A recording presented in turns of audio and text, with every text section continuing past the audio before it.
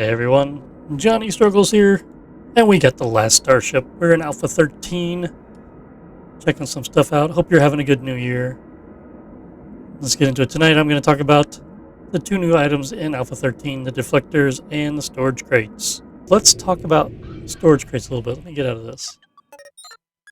Let us go to something. Here's one of the new designs, Defense Platform Mark IV. I'll let you see that later. Updated. So these are designs I've been working with and recreating. I don't know if anyone's even seen the Apophis. Let's just check out the Leviathan. Did I update that entirely? Yes, I did. To a degree. Oh no, did I not put? I didn't put loading arms up here. I might have to resubmit this ship. Apparently, I missed the mark on a couple of these. Oops. I may have been a little tired on this one. Bummer. Anyway, storage crates. So there's two storage crates. There's a small and just a normal storage crate. I love you can type here now. What's interesting to me is one is twice the size of the other. Let me turn it sideways. So you can get two smalls in the same space as one large, or normal size. The difference being is the large one has a capacity of 70, which, by the way, you can increase and decrease by this. You can hit the lower button, and then you can plus sign shows up once you can do it. And a couple cool options here. But these little guys that are half the size, you can actually put 36 items in versus you'd expect 35. Half of 70. I mean, kind of technically doesn't matter. Anyway, I tend to use the small ones so far, just because it's less, and you fill these up like 36 cannon rounds or railgun slugs. That's a ton of ammunition for these two guns. That is way more. Like 36 is, I would use that for several guns previously. So I'd use track and arms, and I'd have 4 or 5 railgun slug clips, what do you want to call them, per 1 or 2 guns. So not much. And now we have 36. So there is a thing with storage crates and the weight of your ship. And this is a thing with storage tanks too, or just tanks. With tanks, I mentioned it early on in the game, and as soon as the crates came out, I was wondering if it was the same issue with crates. And it actually is. So let's store something in one of these small ones. Let's store something we don't have on the ship. Let's do compost. So check this out. If we spawn some compost. So whenever I spawn anything, the mass of the ship goes up. So this produces 1 mass. 2, 3, 4, 5, 6. Let them get them in the crate. Where are you going, buddy? A long way around. I think these zones, they don't like walking through the zones, so they try to avoid it, but they just do it. So we increased our mass of our ship by 6. So now I'm going to add one more. So by 7. So one more. He's going to put that in the crate. But the mass just dropped. It's plus 6 now. 464. So it's 464, 465, and it went back to 464. So what happens is it only displays 6 items on top, and that's the only items that produce weight on your ship. Everything else that gets hidden below doesn't weigh anything. So I just added 10. It's going to go back down to nothing. As things get loaded in here, the items disappear, and we lose the weight for it. So we're about to... Did we actually lose it? And 463, wasn't it 464? I don't remember. Anyway, you get the point. So one funny thing with tanks, they basically do the same thing. Once the container is gone, you lose the weight. So where do we have some tanks? Like a water tank here. That has enough room for a bottle of water. So if we put a bottle of water here, it adds one mass. It's just 1. It's not a big deal. And we'll speed up the game. So this is going to drain into this tank. And when it finishes draining, we're going to lose that 1 mass back. So it's almost done. And it's back to 3. So once the canister goes away, you lose the weight, even though it's in this tank. So that's something that's been in the game forever. Something I noticed and made a comment about a long time ago. So it's one thing is like, I don't worry about all this fuel in these big tanks, because they don't weigh anything. And I've been using storage crates for everything. So FTL charges, put them in a crate, have a, hand load them up. I was using tracks for that. Food and water now. Water, you can put it in a tank. The crew will feed the water out of the tank. It doesn't matter if it's in a canister or a tank, they'll still drink the water. Food, store plenty of food. This is why small ship design is a lot better. Spacesuits, you can put a ton of spacesuits in a crate now. I mean, it just saves so much space. It's so nice. With large crates, the only thing I've used a larger storage crate for is when I set up a lot of guns around it. And then you have a bunch of guns feeding off one magazine, you call it, which makes sense.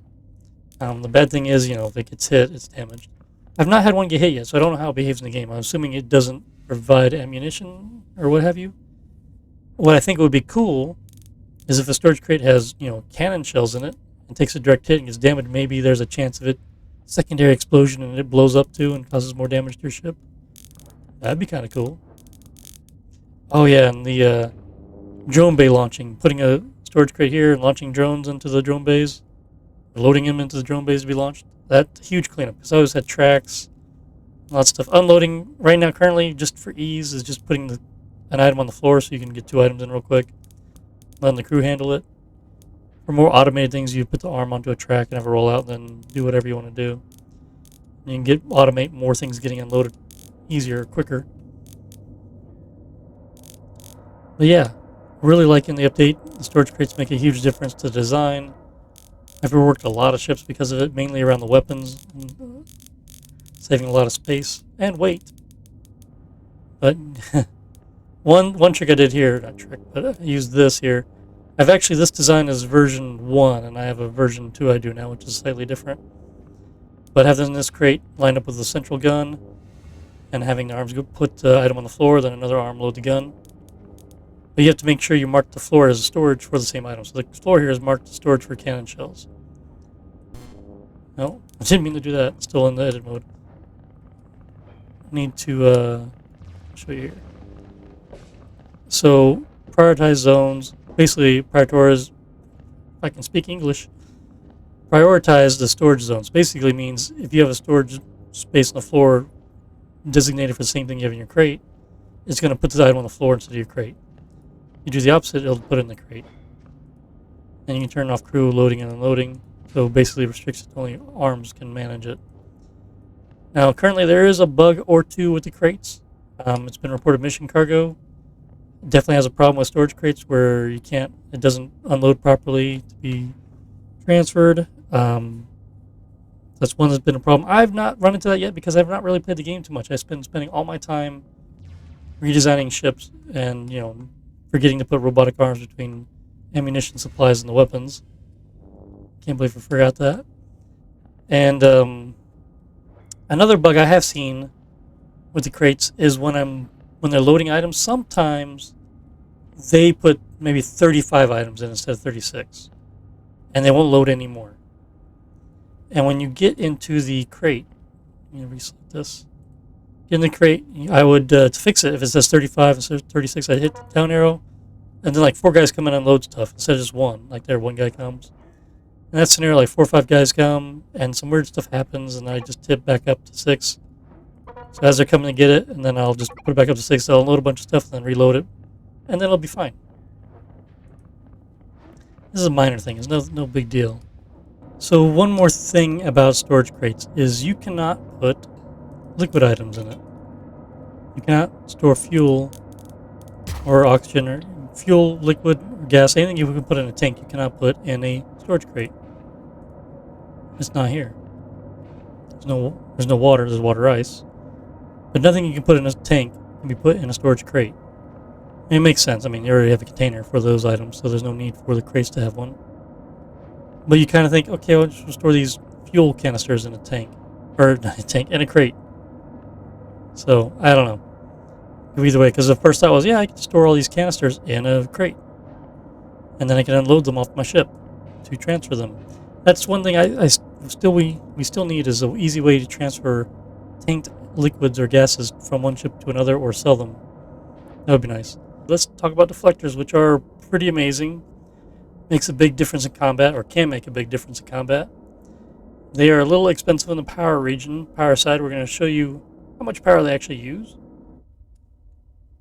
and discuss that a little bit. So currently, the only way to avoid a cannon strike is to buy your evasion, which is, momentum here. Your evasion, which I'm not exactly sure how evasion works, because you can have over 100% and still get clocked, still get tagged. But basically, the higher evasion, the better chance you have of actually dodging a hit. And before Alpha 13, basically, the more firepower you could fire at once, basically from cannons, the better chance you had of just winning. So with the deflectors, you can make a huge difference in combat with just having one, or two, or a couple. Just pushing a couple cannon rounds away. So that's all they do. They a little beam shoots out, the cannon round comes in, hits the little cannon round, and pushes it away. And that's all. So let's try something. Let's import a hostile ship. Let's import the Grumpy Sardine, which might be in Alpha 14. Maybe. Let's see, where is the guy? He's over there. One thing, I don't have a gun on the ship, so I cannot turn battle stations on, but I think typically these only turn on when you have battle stations on. They do show up under weapons.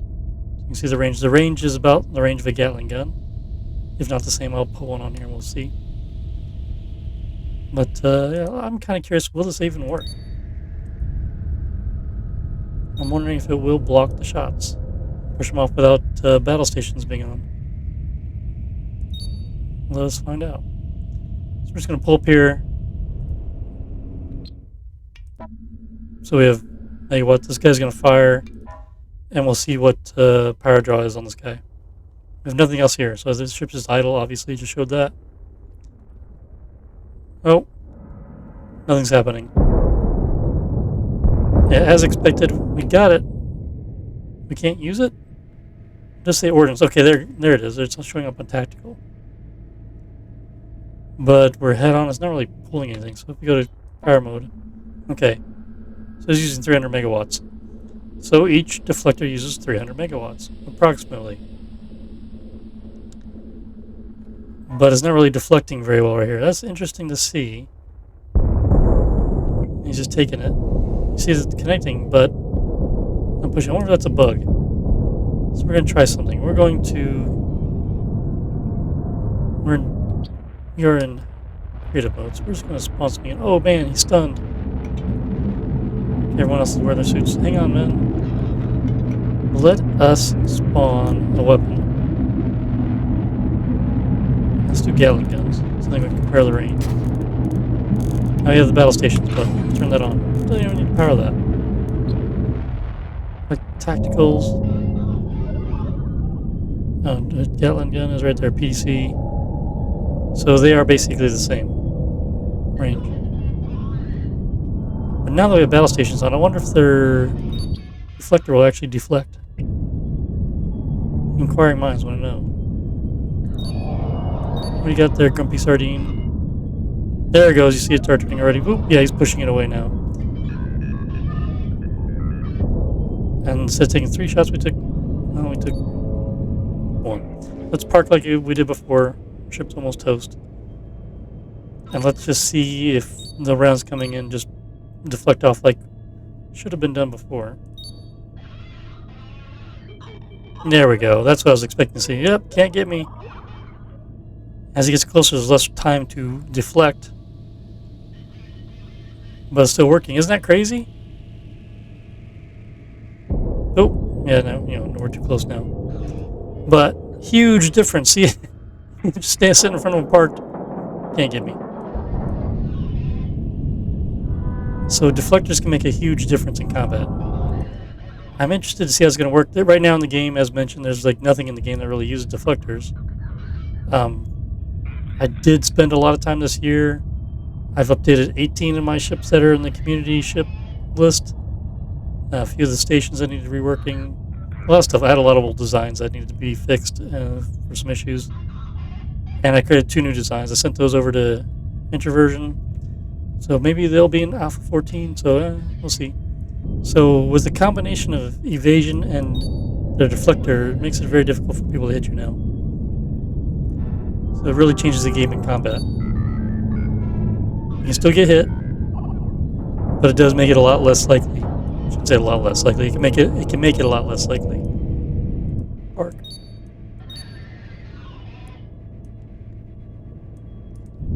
Oh, he slowed down. He's like, I'm on to you. Hit the brake. Let's do this. I need to remove some hole here. Let me spawn deflectors. Let me put 2 here. We have the power. Put that reactor back somewhere else.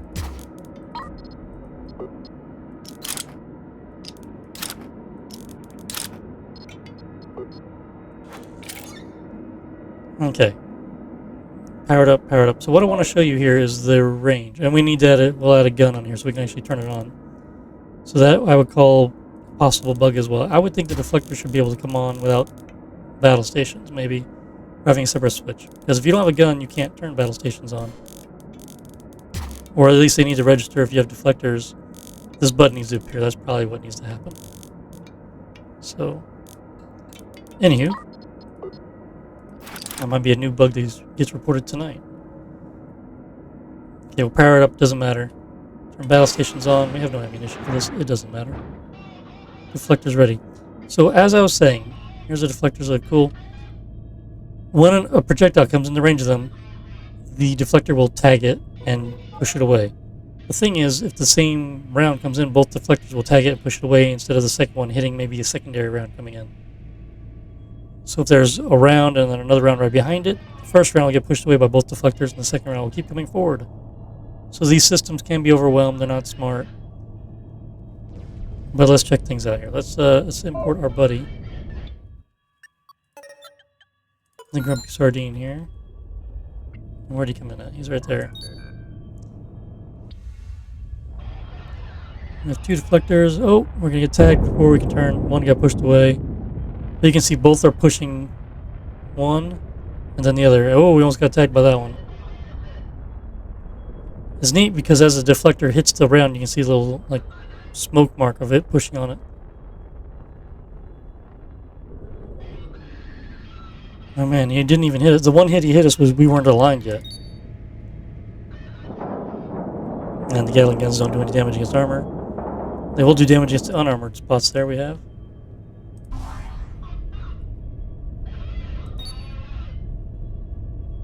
Come on, Mr. Sardine. Class 2 warship. He has a pair of forward-facing cannons and 4 Gatling guns, 2 on either side. Twin engine, fully armored. And he's grumpy. Alright, let's see how it works this time. Womp. Okay, 2 rounds back to back. Oh, and the second one got us because of the... Oh, bad luck on this one.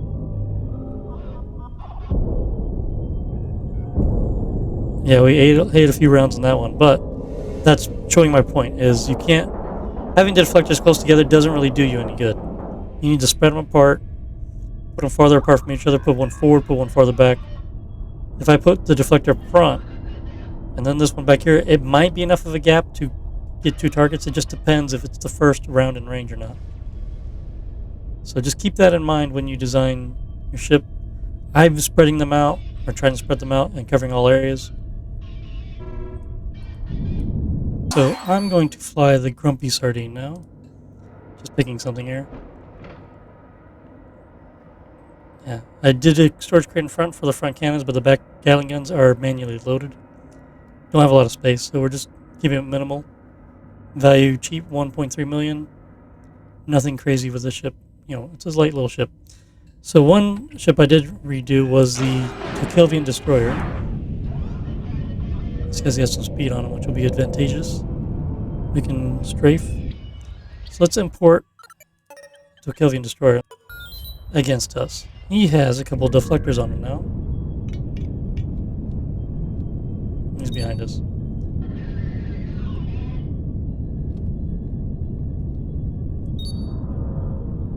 Yeah, but he's got railgun rounds, so deflectors don't do anything against railgun rounds. They only deflect cannon rounds, cannon shells. So we're going to eat these railgun rounds all day long. Oh, we got one hit off. 2, 3 into armored front of a ship. Did basically nothing to him. Oof.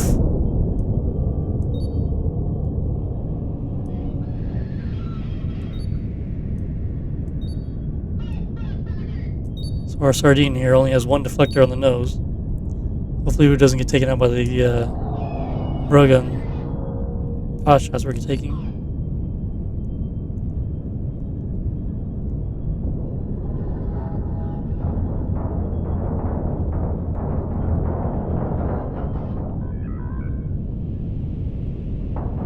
Oops. Usually I don't do combat like this. We get some real rear shots here. Nope, deflector pushed one away. Now we're getting lit up by the Gatling guns. Can we just get the angle in there? Can't touch them!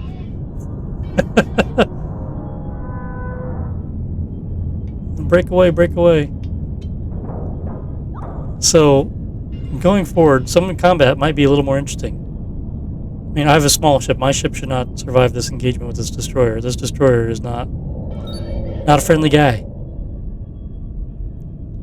I have 41% damage. We're just a little guy. We're going slower now. One of our engines to critical damage.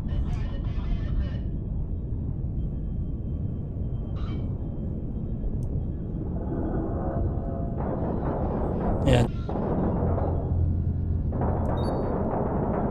Thankfully, he's a slow ship.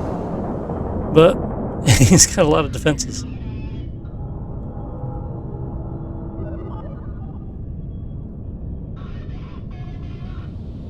Oh, we pushed one of his counter rounds away. And we're toast.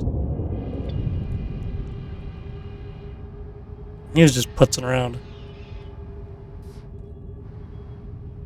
Anyway, combat is going to be more difficult. As more ships have deflectors on them, it'll be more of a challenge. More strategies will be needed. Maybe you start taking advantage of railguns more, or just getting close and fast. But I was moving close and fast. The closer you are, the less chance the deflector has of doing things. But as I was turning, it was just like was right there to hit the rear, and it was getting pushed away just enough by the side deflector to avoid getting hit. So that was really tough. I would have done a lot more damage to him without that. Or even, actual damage. 3% is nothing. It's just a flesh wound. This is a big ship. I wonder how it would do against the Tokylfian destroyer. I would expect we would kill it. But let's fix the arm shortage we got in the front here. Not believe. Well, I can't believe. I've met me before. I did this. That was a lot of ships. Okay. This one just has a large crew. No. Did I say maybe? Hang on a second.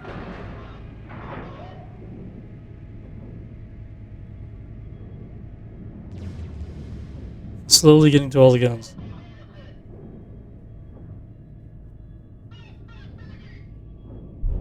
There we go. Chung chung. I like the sounds it makes. Chung chung. Okay, we have 2 crew free. We have 38 guns in this boat to be armed, and then however many Gatling guns.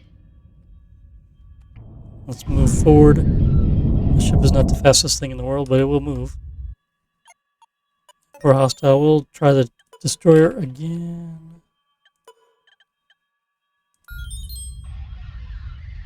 Right in front of us. That's no fun. No chance to use our railguns.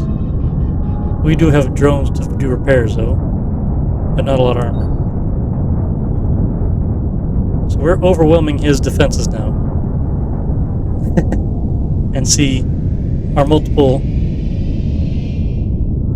deflectors working. So we have 5 facing the side here. And earlier, I wish I'd paused there. So many getting just flung away. We can still take a hit. And we should probably check our power grid on that. Holding strong. Another salvo.